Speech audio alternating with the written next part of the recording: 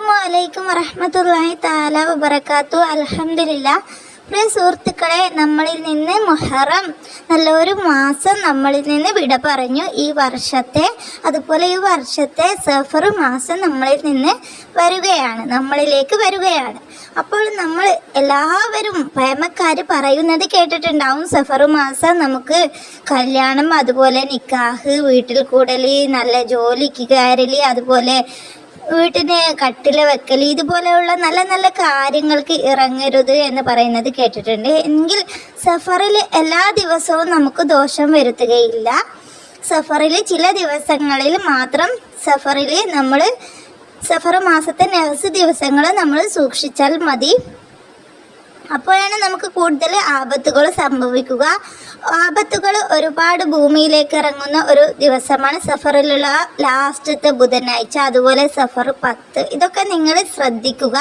ഈ ഒരു സഫർ മാസത്തിൽ നമുക്ക് നല്ല ഒരു ദിക്റുണ്ട്. ആ ഒരു ദിക്റ് എല്ലാവരും വീട്ടിൽ നിന്ന് ധാരാളം അധികരിപ്പിക്കുക.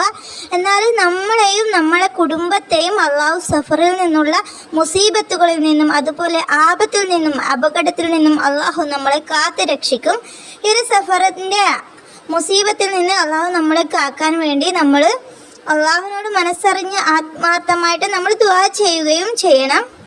നമ്മുടെ വീടുകളിൽ നമ്മൾ എന്ത് ചെയ്യുമ്പോഴും ബിസ്മി ചൊല്ലുക. ബിസ്മി ചൊല്ലിയാൽ പൈശാചിക ഇടങ്ങാറിൽ നിന്ന് നമ്മൾ തൊടുന്നതിൽ ഒക്കെ അള്ളാഹു നമ്മളെ കാക്കും. പൈശാചിക ഇടങ്ങാറുണ്ടാവില്ല. പൈശാചിക ഇടങ്ങാറ് നമ്മളിൽ നിന്ന് ഇല്ലെങ്കിൽ തന്നെ നമുക്ക് ഒരുപാട് കാവലുണ്ടാവും. അതുകൊണ്ട് എല്ലാവരും ബിസ്മി വീട്ടിൽ നിന്ന് എന്ത് കാര്യം ചെയ്യുമ്പോഴും ചൊല്ലുക. നമ്മുടെ വീടുകളിൽ ബറക്കത്ത് ഒരുപാട് ഉണ്ടാകും. ഈ ഒരു മുഹറം മാസത്തിൽ നമ്മുടെ വീടുകളിലും നമ്മളും നമ്മുടെ ജീവിതത്തിൽ അധികരിപ്പിക്കേണ്ട ഒരു ദിക്റാണ് ലാ ഹൗല വലാ ഖുവത ഇല്ലാ ബില്ലാഹിൽ അലിയുൽ അലീം.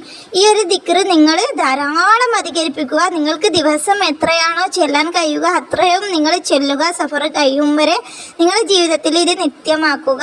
എന്നാൽ ഈ ഒരു സഫറിൽ നിന്ന് നിങ്ങളെയും നിങ്ങളുടെ കുടുംബത്തെയും അള്ളാഹു കാക്കും.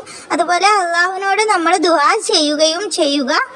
ഈ ഒരു ദിക്റ് നിങ്ങൾ സഫറിൽ മാത്രമല്ല നിങ്ങളുടെ ജീവിതകാലം മുഴുവൻ ചൊല്ലിയാലും നിങ്ങൾക്ക് എല്ലാവരുടെയും അള്ളാഹു കാക്കും. ആപത്തിൽ നിന്നും അപകടത്തിൽ നിന്നും അതുപോലെ മുസീബത്തുകളിൽ നിന്നൊക്കെ അള്ളാഹു കാക്കും. ഈ ഒരു ദിക്റ് നിങ്ങൾ കൂടെ കൂട്ടിക്കോളി. അതുകൊണ്ട് എല്ലാവരും ഈ ഒരു മാസം ഈ ഒരു ദിക്റ് അധികരിപ്പിക്കാൻ ശ്രമിക്കുക.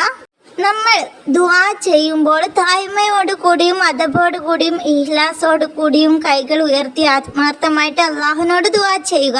അതുപോലെ നമ്മൾ ദുആ ചെയ്യുമ്പോൾ നമ്മുടെ മക്കൾക്കും നമ്മുടെ ഭർത്താവിനും മാത്രം വേണ്ടി ദുആ ചെയ്താൽ അള്ളാഹു ദുആ സ്വീകരിക്കാൻ ഒരുപാട് റിസ്ക്കാണ്. നമ്മൾ മാതാപിതാക്കൾക്ക് വേണ്ടി ദുആ ചെയ്യണം. അവർക്ക് ദുആ ചെയ്തതിന് ശേഷം നമ്മൾ നമ്മുടെ ആവശ്യം അള്ളാഹുവിനോട് ചോദിച്ചു നോക്കുക.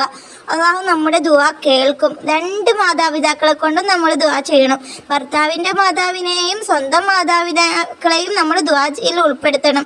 എല്ലാവരും ഇതുപോലെ ദുആ ചെയ്ത് നോക്കും. നിങ്ങളുടെ ദുആ അള്ളാഹു ഉറപ്പായിട്ടും സ്വീകരിക്കും. നമ്മുടെ കാര്യം മാത്രം നടന്നു കിട്ടിയാൽ ശരിയാവില്ലല്ലോ. നമ്മൾ എല്ലാവർക്കും വേണ്ടി ദുആ ചെയ്യണം. അതുപോലെ എല്ലാവരും ഈ ഒരു മാസത്തെ ഒന്ന് ശ്രദ്ധിക്കുക. ചില ദിവസങ്ങളിൽ നിങ്ങളുടെ നല്ല കാര്യങ്ങൾ ചെയ്യുന്നത് ശ്രദ്ധിക്കുക. സാമ്പത്തിക ഇടപാട് ശ്രദ്ധിക്കുക. ഇൻഷാ അല്ലാഹ് അടുത്തൊരു വീഡിയോയിൽ കാണാം.